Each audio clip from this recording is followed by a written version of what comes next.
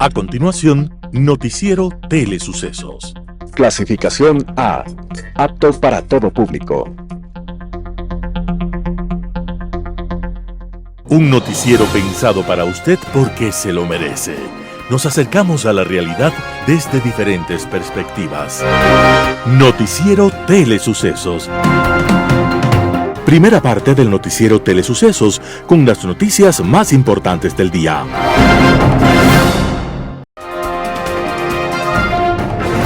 Un día como hoy. En muchos lugares del mundo, en especial lo que llamamos Occidente, se celebra hoy el Día de los Enamorados. Y se dice que el protector de todos aquellos que entregan su corazón se llama San Valentín. En este caso se mezclan la historia y la leyenda, pródiga siempre cuando del amor se trata. Algunos dicen que el Día de los Enamorados se explica porque por esta época en el hemisferio norte los pájaros se aparean y la naturaleza explota en trinos y colores. Otros dicen que hubo un hombre que cuando la Iglesia Católica era perseguida, casaba a los enamorados a escondidas bajo el ritual de la Iglesia. Otros afirman que en verdad era una fiesta de otras religiones llamadas paganas por los católicos porque eran celebradas por los campesinos de la antigua Roma en homenaje a su dios del amor, al dios Eros. Cualquiera que fuere la razón y la esencia, en cualquier continente de todas las épocas, los humanos hemos inventado la más poderosa y noble de todas las fuerzas. Hemos inventado el amor y por él hemos sido capaces de morir y de vivir. En todo caso, San Valentín, el santo que hoy recordamos, vivió por el siglo III y se consagró como el protector de los enamorados. Y hoy, 14 de febrero, se le recuerda con gratitud. Y con dioses o sin dioses, con historias o sin ellas, sabemos que el amor es la potencia que nos eleva cada día y la única que nos permitiría, por un instante, estar de rodillas. Las principales noticias del día. Titulares. Daniel Noboa hizo cambios en la gobernación del Guayas y el MIES. Juan Carlos Vega deja el Ministerio de Finanzas y lo reemplaza Luis Alberto Jaramillo. Según Cancillería, 1.297 ecuatorianos han sido deportados de Estados Unidos en lo que va en 2025. En política internacional, perder el norte. Los editoriales serán de Roberto Aguilar. ¿Qué quiere decir acuerdos mínimos? Ramiro Ruiz, la estupidez produce desconcierto. Noticias del día. Daniel Noboa hizo cambios en la gobernación del Guayas y en el MIES. Un día después de su reunión ampliada de gabinete en Carondelet, el presidente Daniel Noboa hizo cambios en el Ejecutivo a través de 2 decretos puntuales, emitidos desde el 13 de febrero del 2025. Uno de ellos se refiere a la gobernación del Guayas. Mediante el decreto 529, el mandatario agradece la gestión de Liana Molineros, quien deje el cargo en la gobernación de la provincia. Molineros, que estuvo poco más de un mes en el cargo, será reemplazada por la ex ministra de Inclusión Social y Económica, Zaida Rovira. Zaida Rovira es abogada y activista de derechos humanos en el gobierno de Daniel Noboa. Ha ejercido como ministra de Inclusión Económica y Social MIES. Estos cambios llegan también un día después de que el alcalde de Guayaquil, Aquiles Álvarez, había mencionado en su enlace radial que la gobernadora del Guayas iba a dejar su cargo. En dicho espacio, Álvarez se quejó, además de la supuesta falta de apoyo de Rovira, para abordar el tema de las personas indigentes en Guayaquil. El presidente Daniel Noboa nombró al abogado Harold Burbano Villarreal como ministro encargado de Inclusión Económica y Social MIES. Hasta ahora, Burbano Villarreal se desempeñaba como viceministro de Inclusión Social. Es abogado y se describe como activista en derechos humanos. Juan Carlos Vega deja el Ministerio de Finanzas y lo reemplaza Luis Alberto Jaramillo. El ministro de Economía y Finanzas, Juan Carlos Vega, presentó su renuncia al cargo que asumió el 27 de noviembre de 2023. Vega hizo pública su renuncia a través de un comunicado este jueves 13 de febrero en un post en su cuenta de X, antes Twitter, en el que agradeció también al presidente de la República, Daniel Noboa. Recordó que cuando asumió como ministro, la situación de las finanzas públicas era muy compleja por el nivel de atrasos y un déficit fiscal extremadamente alto. Indicó que prepararon un programa económico pensando siempre en el beneficio de los ecuatorianos y recibieron el respaldo de los organismos multilaterales. Además, destacó la histórica conversación de deuda externa y su conversión para la conservación de la Amazonía ecuatoriana. Tras la renuncia de Vega, el presidente Noboa emitió el decreto 534, en el que le agradece por sus servicios y nombra a Luis Alberto Jaramillo como nuevo ministro de Economía y Finanzas. Jaramillo tiene estudios superiores y maestrías en Ingeniería Industrial, Marketing y Administración de Empresas. Trabajó en la industria cartonera ecuatoriana, parte del grupo Noboa. Jaramillo venía ejerciendo desde octubre de 2024 como ministro de la Producción, Comercio Exterior, Inversiones y Pesca, y antes fue director general del Servicio Nacional de Aduanas del Ecuador, SENAE. Según Cancillería, 1.297 ecuatorianos han sido deportados de Estados Unidos en lo que va del 2025. Una docena de vuelos con ciudadanos ecuatorianos deportados de los Estados Unidos han llegado al país desde que inició 2025, 3 de ellos de tipo militar, a raíz del anuncio de medidas más severas contra los migrantes irregulares por parte de la administración de Donald Trump. La canciller Gabriela Sommerfeld acudió este 13 de febrero a la Comisión de Relaciones Internacionales de la Asamblea Nacional para hablar de los compatriotas deportados que desde el 1 de enero a la fecha ya suman 1.297. Explicó que este procedimiento no es nuevo y sucede desde el 2005. Desde el 2022 la frecuencia de los vuelos es de 2 por semana, con un promedio de 120 personas por traslado. Por lo general son vuelos charteados por Estados Unidos y en aerolíneas comerciales, pero desde el 28 de enero se incorporaron los vuelos militares. La funcionaria también reveló que según los registros oficiales en territorio estadounidense viven 1.2 millones de ecuatorianos, de los cuales aproximadamente 400.000 estarían en situación irregular, por lo que corren el peligro de deportación. Según la funcionaria, si se mantiene la tendencia de los primeros días de este año, la cifra de vuelos será similar a la de 2024, cuando aterrizaron 118 aeronaves estadounidenses con 3.589 deportados. Entrevista del día. En Radio Sucesos estuvo Stephanie Macías, consultora y analista política. Ella habla de los retos que se vienen de cara a la segunda vuelta electoral. Escuchemos lo que dice. Sabes que sí, definitivamente esta es una campaña de primera vuelta con sabor a segunda.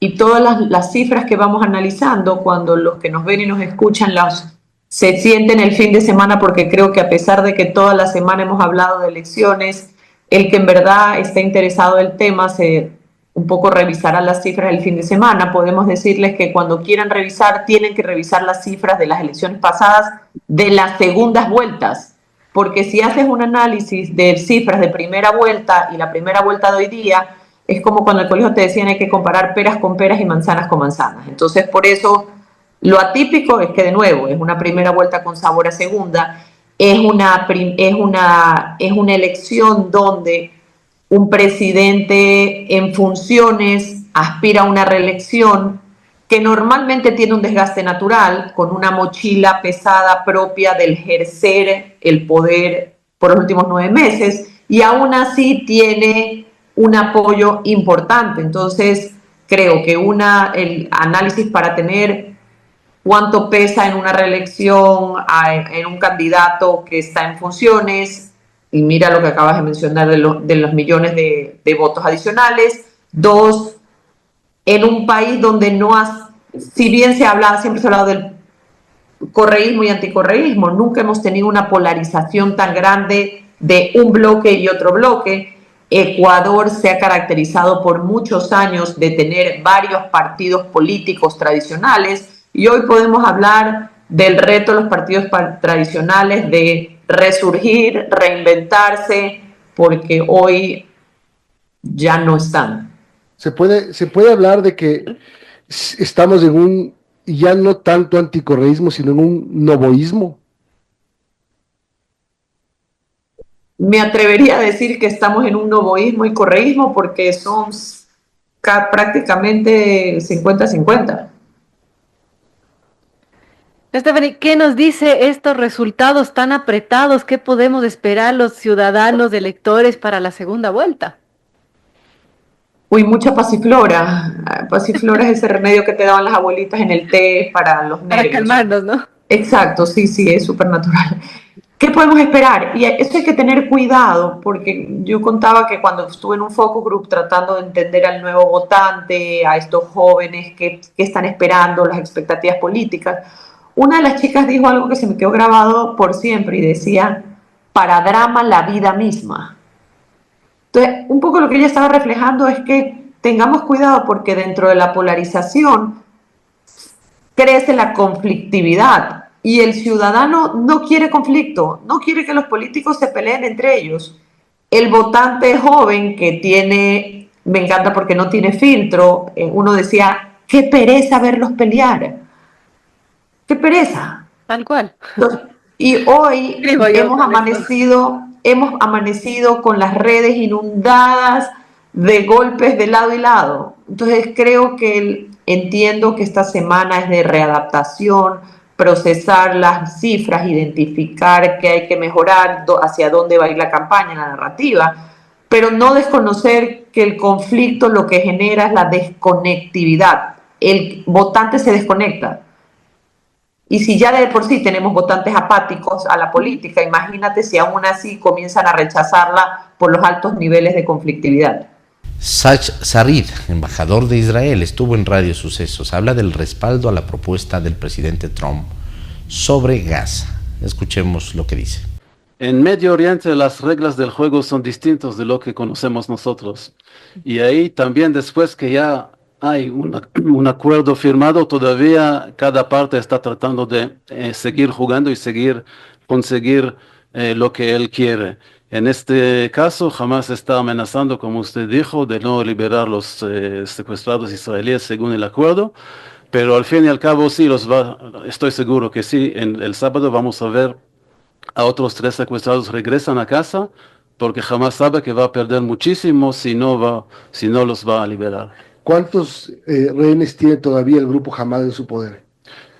El número está cambiando todo el tiempo y de vez en cuando nos enteramos que una persona secuestrada ya no está con vida. Más o menos hablamos de otras 70 personas, pero el acuerdo firmado habla solamente de 33 y después vamos a tener que seguir negociando para la devolución de los otros.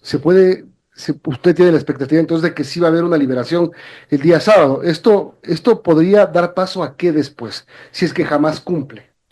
Simplemente vamos a seguir con el acuerdo. El acuerdo habla de 33 secuestrados israelíes, pero en 6 o 7 fases. Cada fin de semana más o menos, otro número y otras personas. Así que simplemente que vamos a seguir con eso. Todavía tendremos el reto de llegar a la segunda parte del acuerdo. Ahora, ¿están en este momento en silencio las armas en la Franja de Gaza?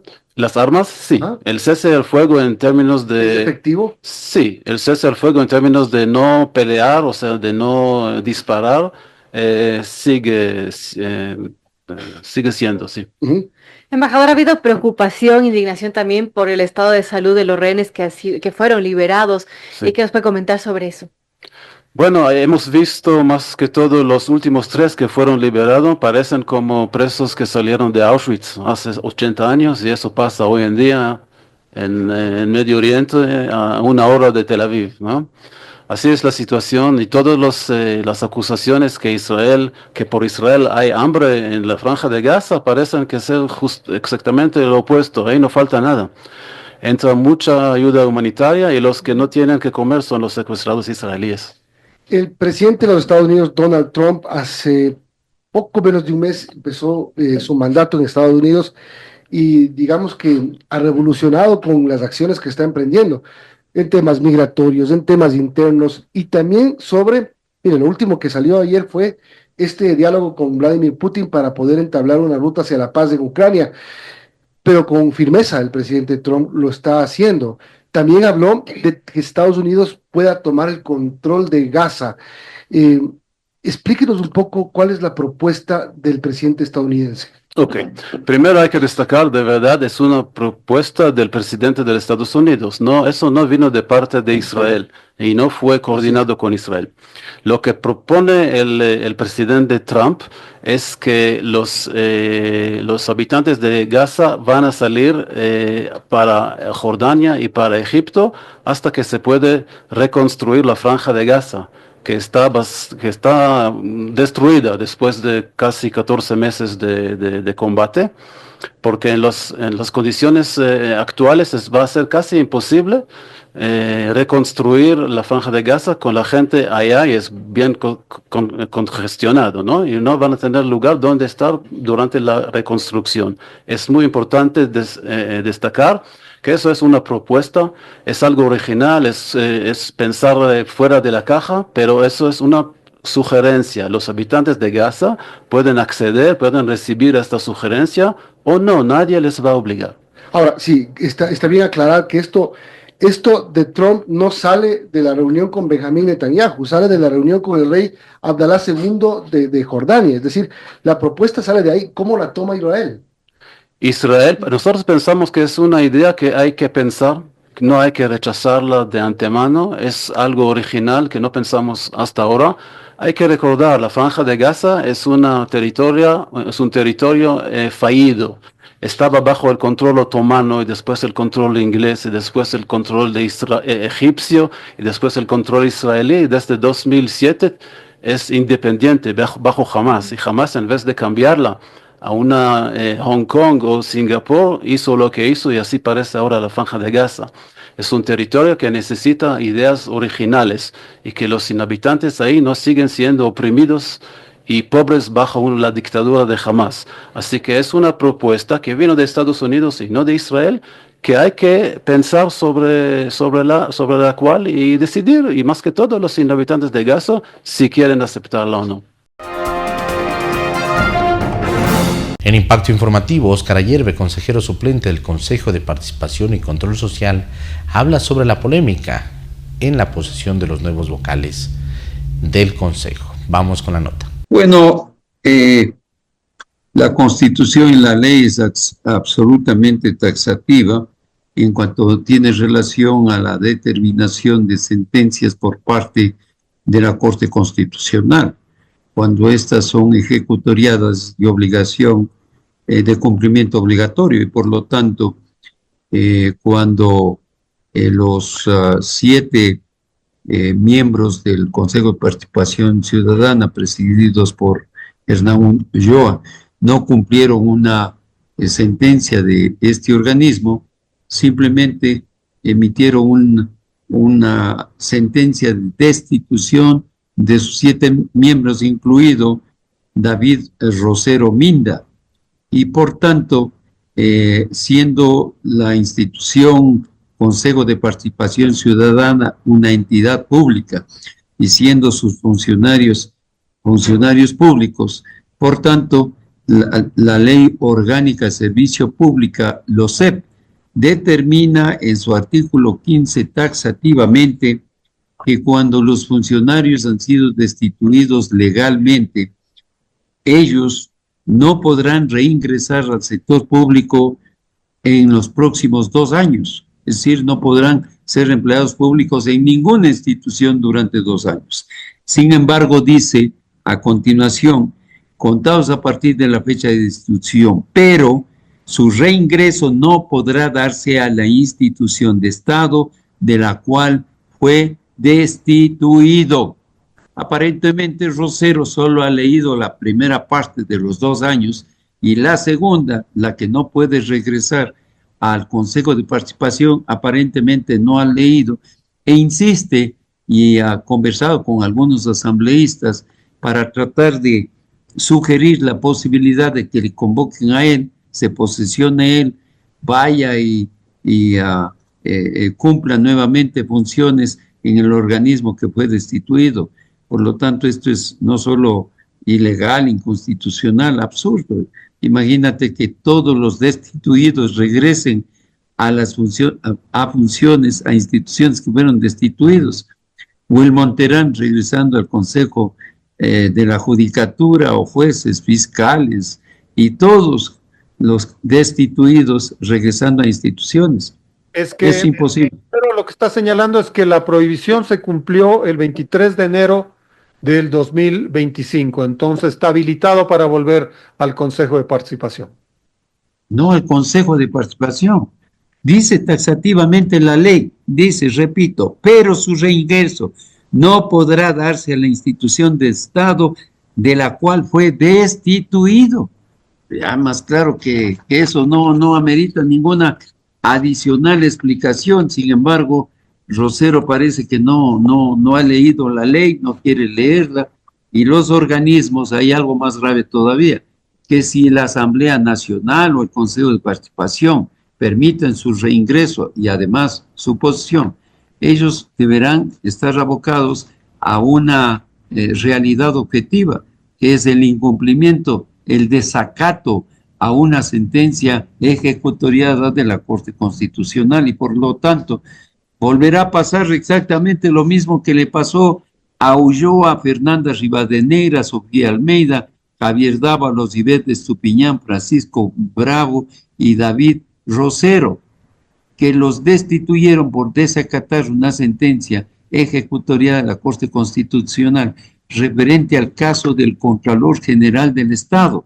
Y recordarás tú también que la misma Corte Constitucional destituyó del cargo a Allen Berbera por desacatar una disposición de la Corte Constitucional referente a la Fiscal General del Estado, Diana Salazar. Un panorama de noticias para su estatura intelectual.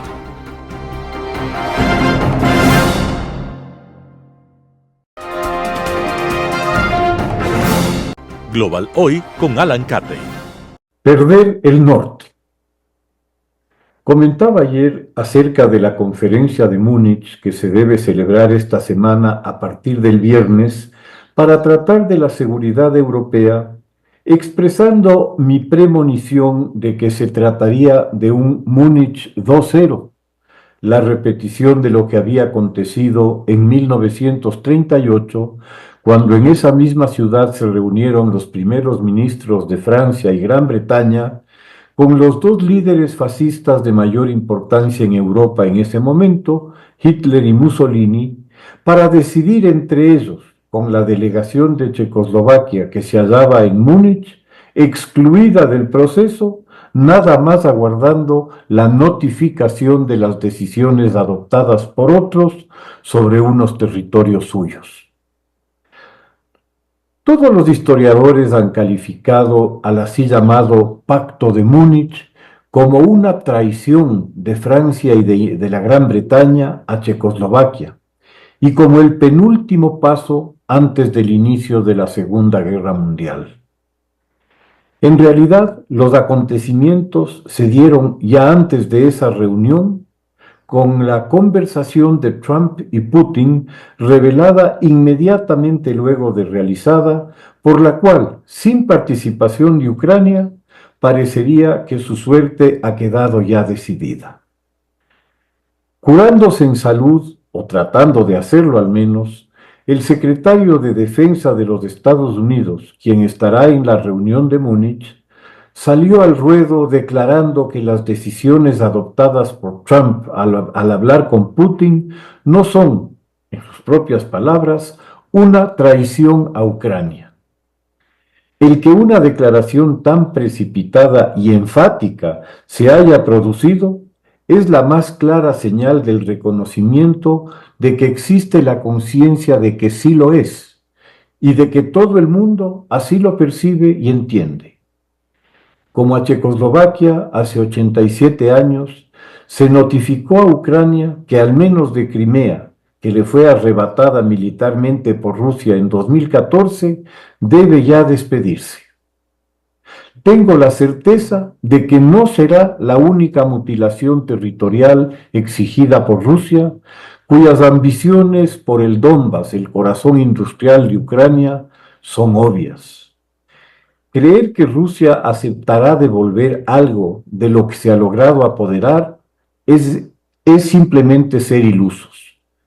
El dicho nuestro sobre el lagarto que traga no vomita es un símil perfectamente aplicable a la mentalidad imperialista rusa, expresada de manera inequívoca por Putin al exigir que se regrese al statu quo ante de 1990, esto es, la salida de la OTAN de los países satélites ex satélites de la Europa Oriental, que tan pronto solicitaron ingresar a la Alianza Atlántica, que en aquel momento aún significaba algo militarmente, por su directo conocimiento de la voracidad y del absolutismo ruso a lo largo de medio milenio de historia compartida.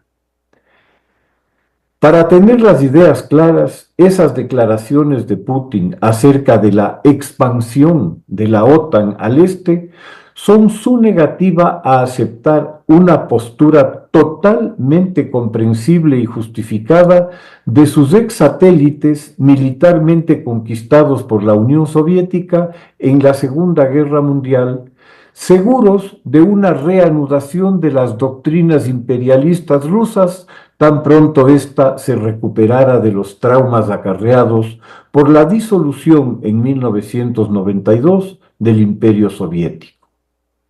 Esa certeza se ha visto ratificada por la conducta y las acciones que Rusia ha conducido a partir del año 2000 con el sometimiento brutal de Chechenia, llevado adelante a sangre y fuego y concluido con la destrucción de Grozny y la masacre de más de 25.000 civiles, para ser seguido en Georgia con la apropiación de 2 regiones donde el argumento hitleriano de la defensa de las minorías fue actualizado por Putin en 2008 para ser repetido en Ucrania, primero en 2014 en Crimea y a partir de la agresión masiva de 2022 en Ucrania, cuyo objetivo evidente no era simplemente apoderarse del Donbass, sino capturar Kiev, sea para derrocar al gobierno de Zelensky e instalar un títere al estilo del vecino Lukashenko, o incorporar a Ucrania directamente a Rusia,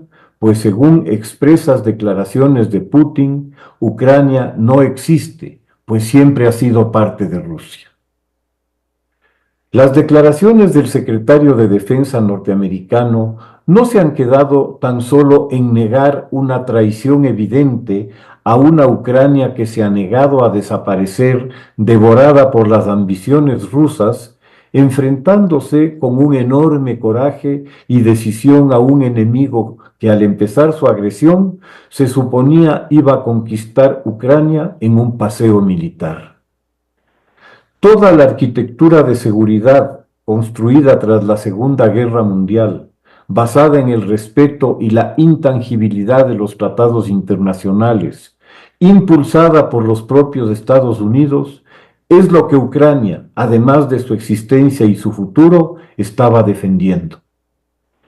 La actual postura de Trump, el apaciguamiento a Putin con la entrega de territorios indiscutiblemente parte de Ucrania, además de ser una traición a Kiev y al pueblo ucraniano, que ha sufrido 3 años de agresión brutal de Rusia, es ante todo una traición a los propios Estados Unidos, a los principios a los que ha dicho defender y a los que sus aliados que les han creído y adoptado esos valores y principios.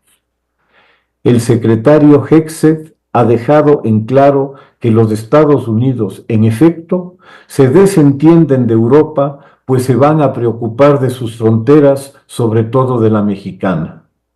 Enfáticamente ha señalado que no habrá fuerzas norteamericanas en Ucrania como una elemental garantía para esta frente a las seguras intenciones rusas de reiniciar su agresión militar o desestabilizar al gobierno ucraniano, como lo ha hecho ya en Georgia y lo ha intentado en Rumania. Toda la responsabilidad de la defensa a Ucrania pasa a la Unión Europea, pero veta la incorporación de Ucrania a la OTAN, una clara invitación a que Rusia siga adelante en sus planes. La expresión de Trump, Ucrania puede ser rusa, deja clara su al menos indiferencia, si no complicidad con Putin y el alcance de su traición contra un país que se ha jugado todo para detener a Rusia en su reanudado imperialismo. No sería justo achacar únicamente a Trump estas decisiones de abandonar a su suerte a quienes se han jugado por los Estados Unidos. Pasó hace un par de años con Afganistán, devolviendo en efecto el país al Talibán, y con los kurdos en Irak y Siria, los únicos que durante la expansión del Estado Islámico enfrentaron al terror con coraje y decisión. Estas retiradas y abandonos han minado la credibilidad de los Estados Unidos, abriendo espacios para que otros actores ocupen los vacíos de poder y de confianza, sobre todo, que se van generando, como se pudo apreciar con la activa mediación china en Oriente Medio, acercando a enemigos en apariencia irreconciliables a lograr que se restablecieran las relaciones diplomáticas entre Arabia Saudita e Irán. La decisión que se anuncia de dejar a Europa a su suerte es otro abandono a unos antiguos aliados que a lo largo de 75 años han actuado bajo un ideal de paz y de seguridad colectiva compartidos. Eso, al parecer, ha quedado en el pasado. La ley del más fuerte, no la razón ni el derecho, está de vuelta en el mundo. Prepararse. Muchas gracias. Editorial. ¿Qué quiere decir acuerdos mínimos? Artículo de Roberto Aguilar publicado en Diario El Expreso. Entre dos, todo debería ser más fácil, ponerse de acuerdo o declararse la guerra. Y en la nueva Asamblea Nacional serán básicamente dos. Para evitar el escenario de conspiración permanente en el que ha vivido este país desde el día en que Lenín Moreno rompió con el expresidente prófugo, esos dos, correísmo y novoísmo, dueños en partes iguales de la Asamblea, tienen dos posibilidades por delante: gobierne quien gobierne.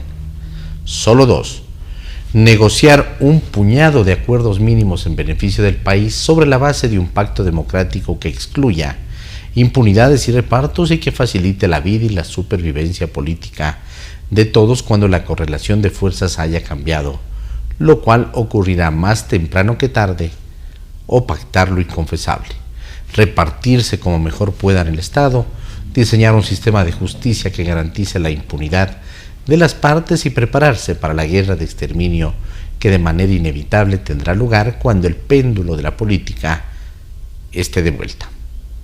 Ellos eligen. En su decisión quedarán retratados de cuerpo entero.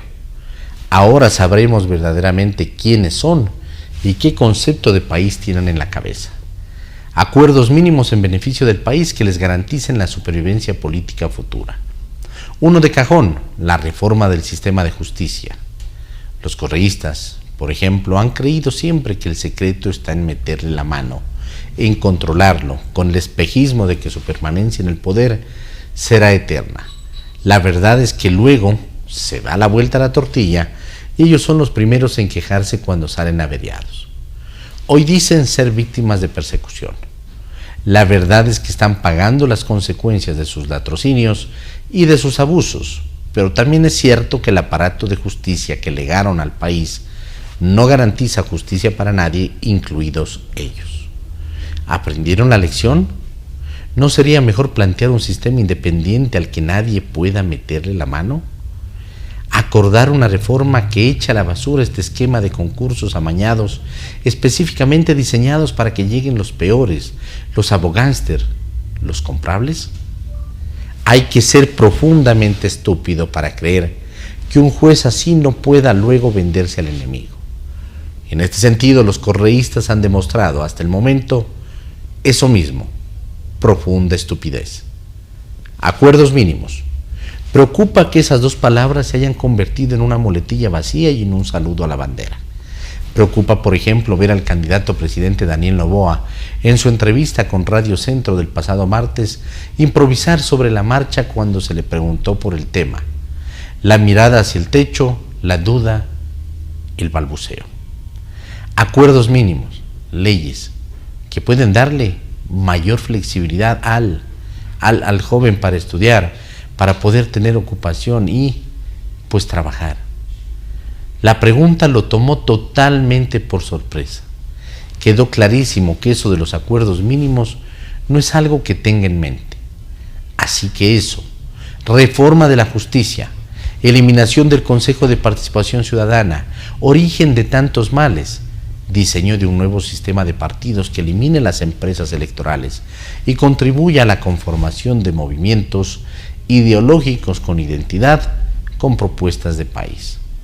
O reparto de los tribunales, reparto del Consejo de Participación y Control Social, reparto de los fondos partidarios, a sabiendas de que todo eso se volverá contra ellos y no hará sino perpetuar el estado de ingobernabilidad que ya es crónico. Entre dos, todo debería ser más fácil: ponerse de acuerdo o declararse la guerra, administrar el Estado o repartírselo. Ellos eligen. Artículo de Roberto Aguilar publicado en Diario El Expreso. La estupidez produce desconcierto. Ramiro Ruiz. Una de las causas que han destruido la democracia en estos 3 lustros ha sido la estupidez. Veamos. La Constitución actual la escribieron la mayoría de asambleístas constituyentes de la Revolución Ciudadana, con asesores españoles para un gobierno populista del socialismo del siglo XXI. Redactaron leyes que son el soporte operativo de la Constitución.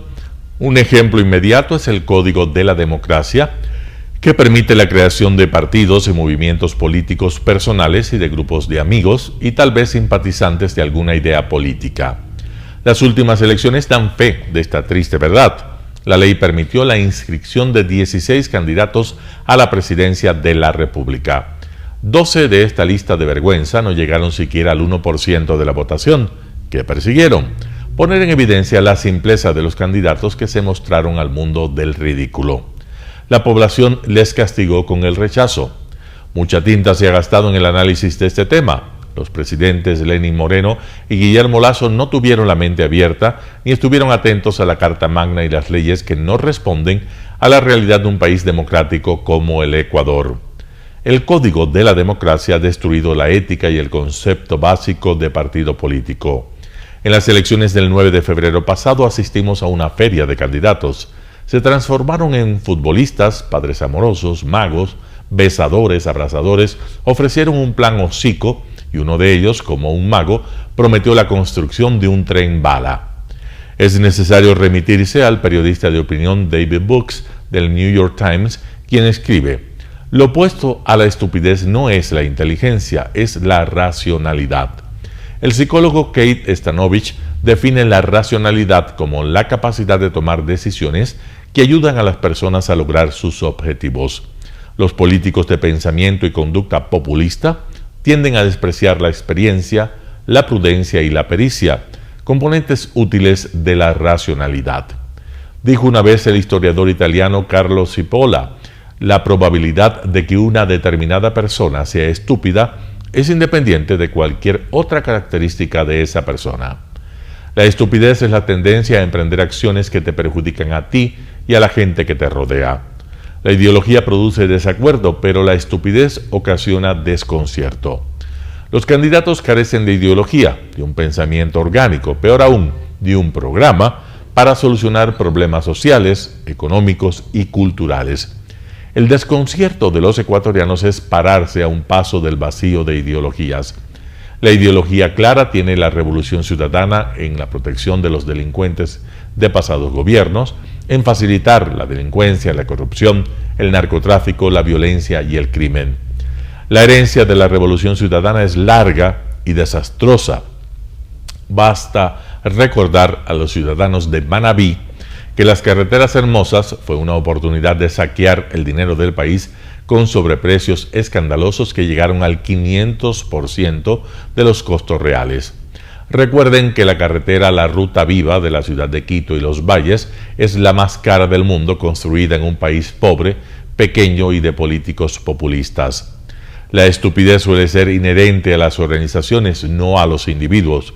Cuando creas una organización, partido o movimiento político en la que un hombre controla el poder, los demás tienen que adular sus ideas preconcebidas, el resultado, seguro, es estupidez.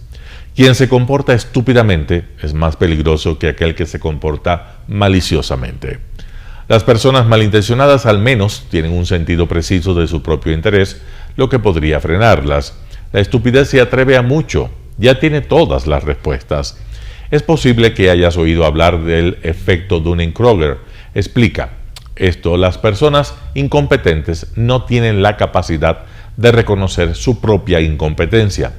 Esta carga la llevaron los 14 candidatos. Es casi imposible oponerse a la estupidez.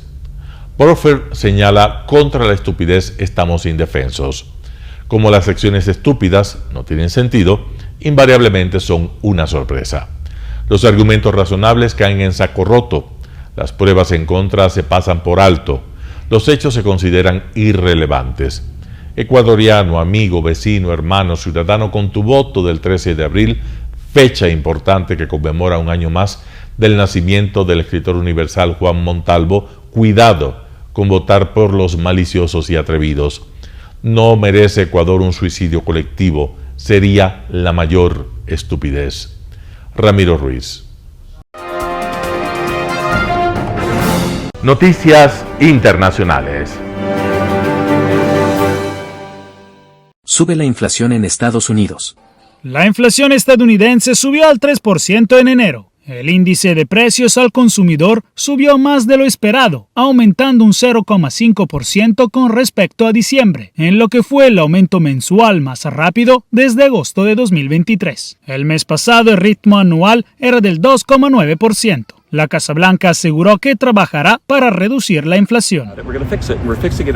Vamos a solucionarlo y ya lo estamos haciendo. Lo estamos solucionando, recortando el gasto, trabajando con el Congreso para tener un paquete de reconciliación increíble que incluya recortes de impuestos del lado de la oferta y atacando problemas pequeños como la gripe aviar. La inflación ha disminuido drásticamente desde que superó el 9% en 2022, pero los avances en los últimos meses han sido más esporádicos. Por esa razón, la Reserva Federal mantendrá su tasa de interés clave sin cambios por ahora, ya que la inflación sigue siendo elevada y el mercado laboral es sólido.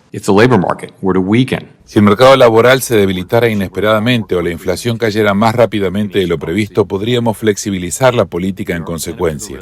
El presidente Donald Trump en sus redes sociales dijo que las tasas de interés deberían ser reducidas de la mano con los aranceles impuestos recientemente. Sin embargo, los expertos aclaran que la Casa Blanca no tiene control sobre las tasas, algo que pertenece a la Reserva Federal. Jacopo Luzzi, Voz de América, Washington. Trump habla con Putin y Zelensky para iniciar las negociaciones de paz en Ucrania.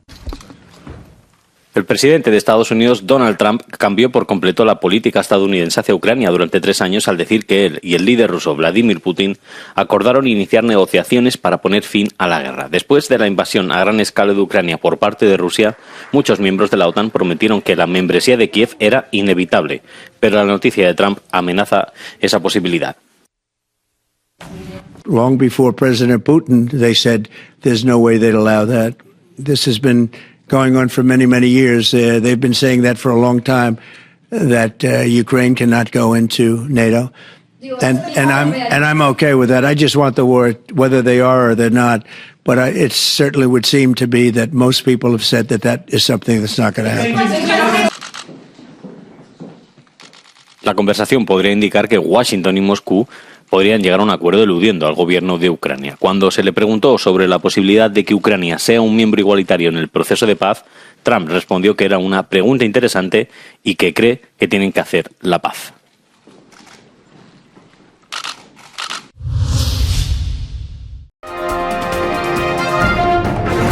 No habrá paz en Ucrania sin la participación de los europeos, dicen los ministros de Asuntos Exteriores. Los ministros de Asuntos Exteriores europeos advirtieron que el futuro de Ucrania debe involucrar tanto a Europa como a Kiev, después de que se conociera la noticia de que el presidente estadounidense Donald Trump y el presidente ruso Vladimir Putin acordaron mantener conversaciones de paz inmediatamente. Europe plays its active role in ensuring just and comprehensive long-lasting peace for Ukraine. Ukraine's security and European security are indivisible. Ce qui se joue, ça n'est pas seulement l'intégrité territoriale de l'Ukraine, ça n'est pas simplement la sécurité du continent européen, c'est aussi et plus généralement l'avenir du droit international. Los ministros dijeron que el acuerdo de paz debe negociarse con Ucrania y los aliados europeos. Mientras tanto, el portavoz del Kremlin, Dmitry Peskov, dijo que Putin y Trump acordaron en una conversación telefónica organizar una reunión en persona y que el presidente ruso le dijo a Trump que está listo para recibir a los estadounidenses en el país.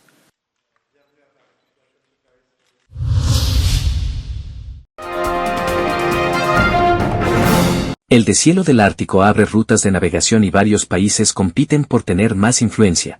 A pesar de ser una de las regiones más frías y menos pobladas de la Tierra, el Ártico se está convirtiendo rápidamente en un foco clave para Estados Unidos y otras potencias regionales. 8 naciones tienen territorio al norte del Círculo Polar Ártico: Canadá, Rusia, Islandia, Finlandia, Noruega, Suecia, Dinamarca y Estados Unidos. Desde 1996 estos gobiernos han participado en el Foro del Consejo Ártico, junto con representantes de grupos indígenas como los Sami, los Inuit y los Chukchi, para promover la investigación científica y la conservación del medio ambiente. Sin embargo, desde la invasión rusa de Ucrania en 2022, varios gobiernos del Ártico han suspendido la cooperación con Moscú. La tensión se produce en un momento en el que el derretimiento del hielo debido al cambio climático está convirtiendo al Ártico en una zona de competencia comercial y geopolítica, mientras abre nuevas rutas de navegación y hace que los depósitos de combustibles fósiles y minerales sean más accesibles. Rusia controla la mayor parte de la costa ártica y ha construido infraestructura militar al tiempo que expande sus reclamaciones territoriales. Las disputas marítimas también persisten a pesar de la Convención de las Naciones Unidas sobre Derecho del Mar. Tanto Canadá como Rusia afirman que parte de las nuevas rutas marítimas pasan por sus aguas territoriales, mientras que Estados Unidos aún no han ratificado el Tratamiento Marítimo de la ONU. Las potencias extranjeras también están haciendo reclamos, ya que China se ha declarado un estado cercano al Ártico, asociándose con los gobiernos del Ártico para invertir en infraestructura e investigación. Dado el aumento de la presencia rusa y china, Groenlandia, un territorio autónomo de Dinamarca, aliado de la OTAN, se ha considerado clave para las estrategias de Estados Unidos en el Ártico. La isla ya contiene una base militar estadounidense y recientemente ha visto una mayor acumulación militar de Dinamarca. A medida que la región se calienta tanto literalmente como políticamente, la competencia por la influencia en el Ártico no ha hecho más que empezar.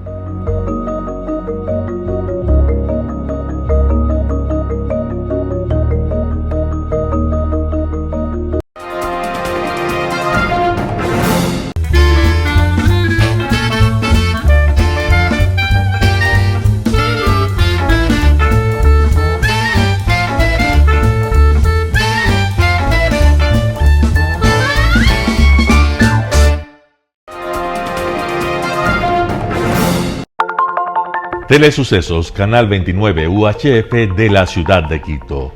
Un canal de televisión abierta, siempre inédito, para una audiencia especial. Somos cultura, educación, salud, opinión calificada, normas de vida. Y todas las tardes, de lunes a viernes, desde nuestros estudios en Arena Telesucesos, escenario propio destinado a promover el deporte. En tiempo real, usted y su familia, en su televisor, desde la comodidad de su hogar, disfrutarán de los partidos, eventos, campeonatos que realizamos diariamente de ecuavóley, básquet, box, lucha libre, cachascán, gimnasia, artes marciales, tenis de mesa, fútbol sala, transmisiones en vivo de los principales partidos de fútbol barrial y colegial. En fin, somos un canal inédito. Inéditos en el deporte, transmisiones de acción y conocimiento en el deporte, espacio diario conducido por el arquitecto David López todas las tardes, de lunes a viernes, de 4 a 5 de la tarde. Siempre inéditos y distintos, siempre jóvenes, personajes jóvenes de generaciones nuevas.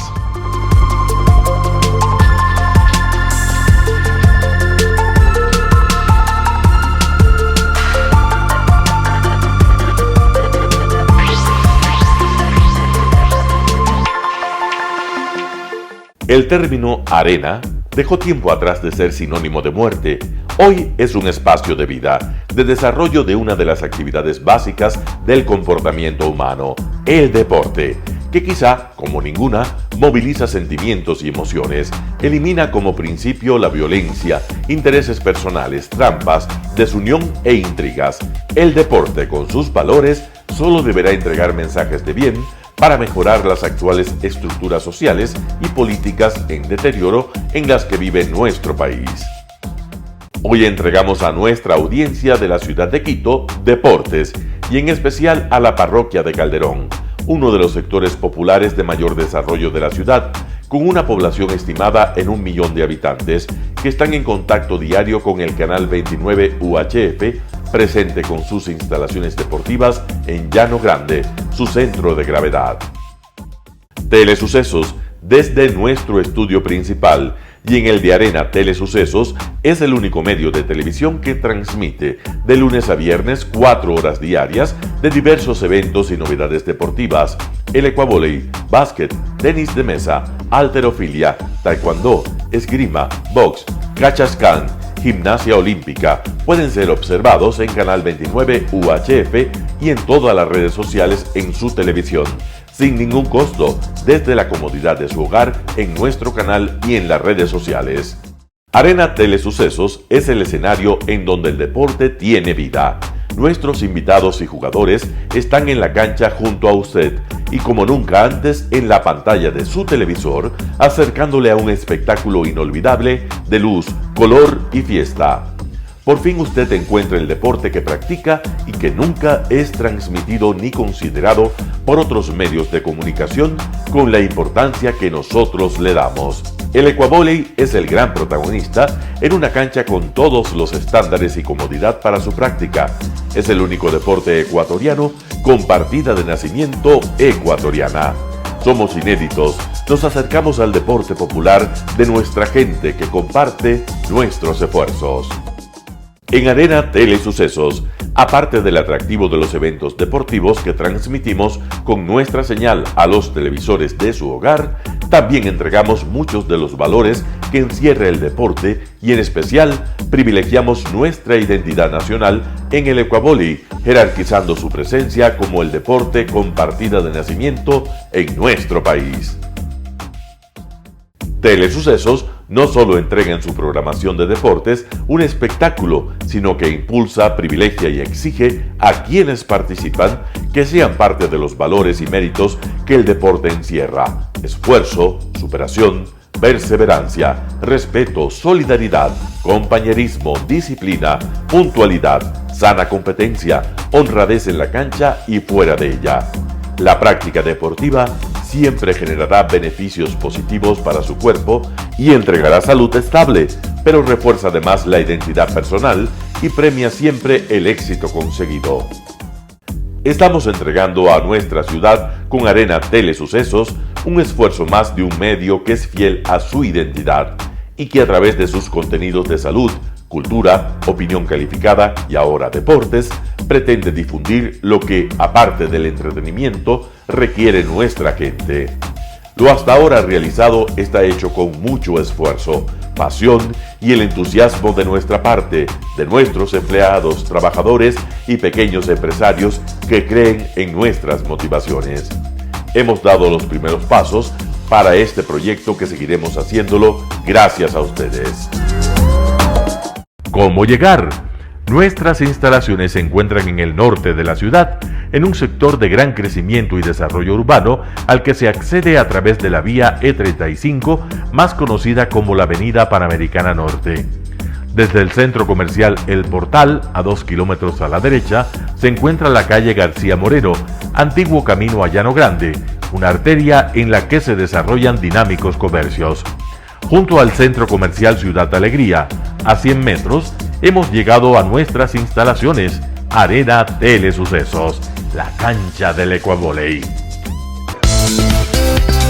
Telesucesos, siempre inédito, nuestro canal online a la vanguardia tecnológica, 24 horas de programación continua a través de Internet. Telesucesos Internacional. En el Ecuador y en el mundo, Telesucesos Internacional.